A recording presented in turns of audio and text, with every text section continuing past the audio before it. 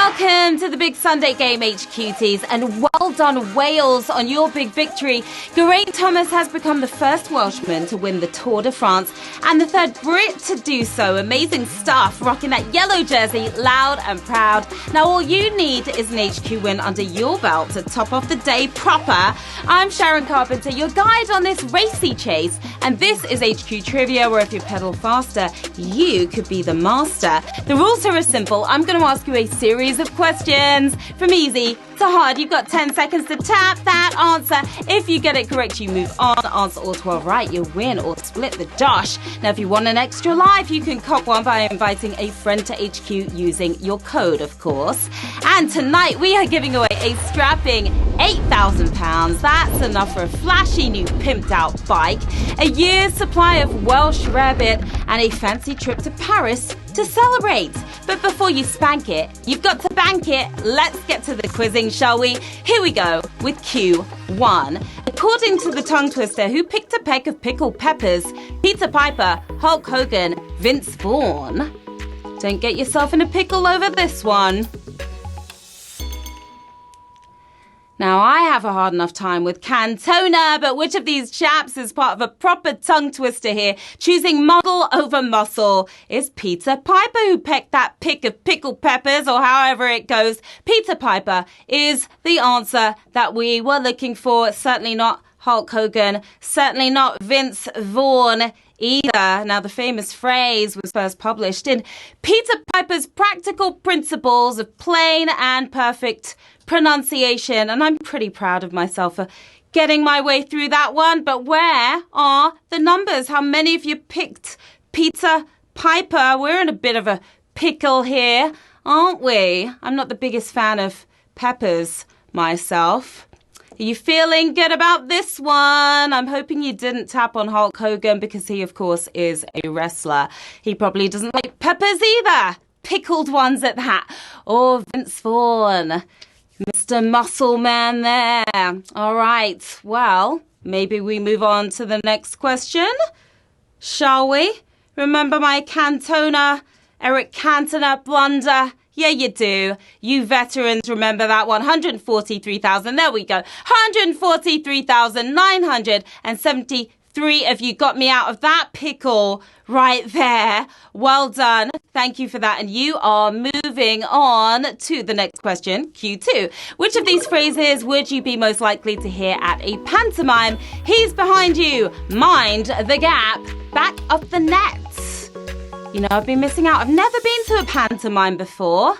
Bummer. Now, if you went for Mind the Gap, then I'm afraid you've fallen straight into it. The most helpful of heckles. It's he's behind you. Yes, he is. And who's in the lead right now? 139,530 of you. That popped up quickly, didn't it?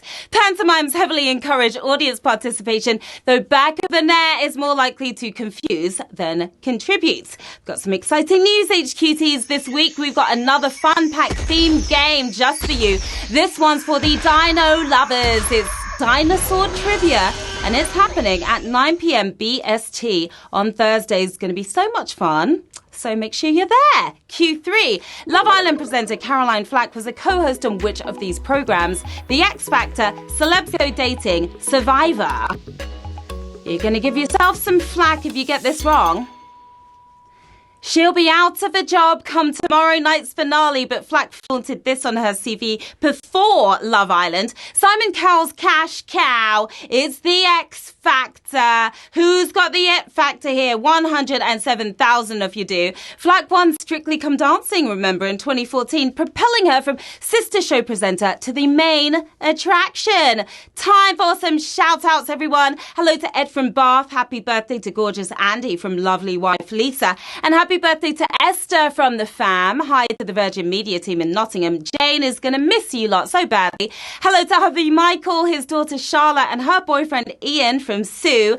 Jay, Matt, Kyle, and Simon, aka the Flush Gang, are playing from Lincolnshire. Poor Sasha has been stuck in a car all day, while Andrew in Pinkston is getting ready for the night shift. Good luck to each and every one of you players. Q4 coming at you right now. Which movie featured the Oscar-winning song J-Ho? East is East, Slumdog Millionaire, Monsoon Wedding. This is one of my favorites and an epic song. It's the Hindi answer to Let It Go, but which Eastern epic did it enhance? Tears, laughs, and a train station dance-off. Remember that? Slum Dog Millionaire. Some of you slumming it there, but 103,000 of you one step closer to being 8,000-aires. Jamal may have walked away with the million, but J-Ho walked away with an Oscar and a Grammy as well. Well deserved. Q5, which popular party game was funded by a Kickstarter campaign. Heads up, Cards Against Humanity, Say Anything. This one's giving you a little kick up the butt. Over 140,000 projects have been funded by Kickstarter, including this one. The party game for horrible people is Cards Against Humanity. 77,000 of you playing your cards right here. The creators smashed their original target by $11,000, proving that we're all crass and disgusting at heart. Yeah, it's true. Q6, which of these food personalities had their big break on Dragon's Den? Nadia Hussain, Levi Roots, Tom Kerridge. Game's getting really lit right now, breathing that fire. They can handle the heat of a kitchen, but only one thrived in the Dragon's Den. Forget Peri Peri. The origin of reggae sauce is Levi Roots. That's who. 70,000 of you got that sauce, too much sauce. Levi and his Caribbean sauces were a hit on the show and have been sizzling off our shelves ever since. Delicious stuff. Q7, which of these publications produced the first magazine cover for Deadpool 2? Good Housekeeping, Esquire, Empire. Starring my favorite, Ryan Gosling. Just kidding. Ryan Reynolds. Love him too. The marketing campaign has been hilarious, but which of these covers did it star on? Leaving the macho mags to Hugh Jackman. It was Good Housekeeping. That was some good tapping there by 6,000 of you, because that was a savage. Completely and utterly savage here at the halfway mark. 63,000 of you gone. 6,898 of you moving ahead. More than just a cover, Deadpool provided great ideas too, including turkey tips, giving your family the bird. That was my favourite. Q8, the co-founder of which.com company went on to start a karaoke business. Go compare MySpace last minute. My singing needs to be confined to karaoke, so I don't burn your ears anymore. Martha Lane Fox launched Lucky Voice in 2005, but what did she previously harp on about? Excellent deals for the ill-prepared. It's last minute. We're talking about here 4,656 of you got that right on this brutal question. That was pretty brutal there. Now, you may have lost millions of friends, but Tom from MySpace now travels the world taking beautiful photos. A cushy job. Q9. On the first occasion the Tour de France came to Britain, which city hosted a stage? Brighton, Plymouth, Leeds. Who's going to rock that yellow jersey tonight, aside from Geraint? Nothing says Tour of France like doing it somewhere else, but which of this lot played a role in the 1974 race, taking a 350-mile detour? It was Plymouth. That's the city we're talking about here. And this is a savage. This is another sizzling sausage here on Q9. 5,000 plus of you gone. 952 of you cycling on. Brighton hosted a stage in 94, while Leeds got the whole thing underway in 2014, if you remember that. Q10.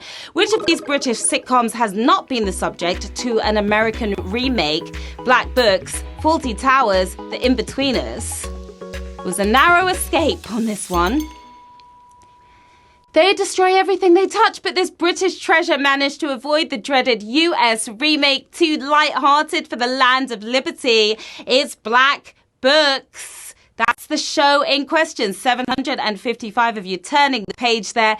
They've tried Fawlty Towers 3 times, and the less said about the American In-Betweeners, the better. Let's just face it. The penultimate round is Q11 coming at you. Who was Prime Minister when Britain's first full-length motorway was opened? Harold Wilson, Harold Macmillan, Anthony Eden. Who was running things back then? When the M1 opened in 1959, Supermac was ruling the country. That's right. The more conservative of the Harolds is Harold Macmillan was PM at the time. 373 of you nailed that one. Indicators at the ready because we're approaching the final junction. 373 of you left in the game. Another 24 using your extra lives to get back in. £8,000 up for grabs. That is a lot of Wonga. Who's going to take it home? Q12. Which of these countries has the highest percentage of residents who claim to speak conversational French? Ireland, Italy, Portugal. What do you think? This is it. It all comes down to this. 3 expressive nations, but who reckons they're fluent à la française? 16% of Italians claim proficiency, but is that enough to win here? They're either 17% fluent or they ticked we because they thought it meant no. Either way, it's the luck of the Irish. Ireland for the win here. We have 153 winners, my darlings.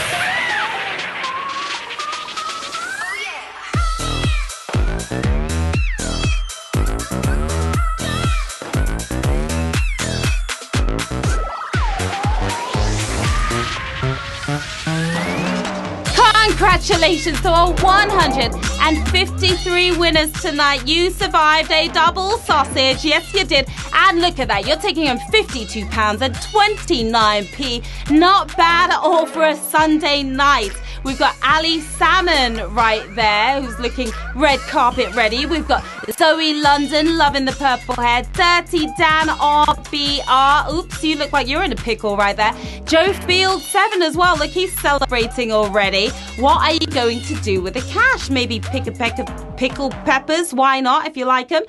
Go see a pantomime because he's behind you. Or snag some of that reggae sauce. There's a lot you can do with the cash. Fab game as always, you trivia titans. Well done. And thanks for hanging with me. I'm Sharon Carpenter. Come say hello on the socials right here. Let me know how well you performed tonight and just say hi.